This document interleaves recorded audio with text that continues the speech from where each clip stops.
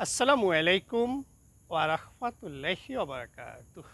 প্রিয় গায়েস, প্রিয় অডিয়েন্স, প্রিয় ভাই ও বোনেরা,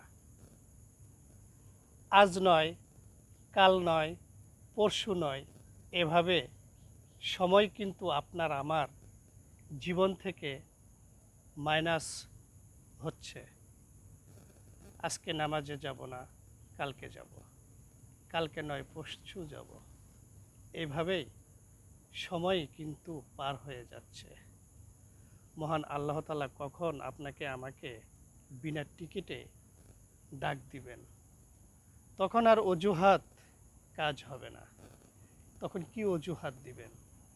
এ দুনিয়াতে চাকরি করতে বিভিন্ন ক্ষেত্রে আমরা বিভিন্ন রকম অজুহাত ব্যবহার করি, কিন্তু কাল ওই হাসরের মাঠে আল্লাহর দরবারে কি অজুহাত দিবেন?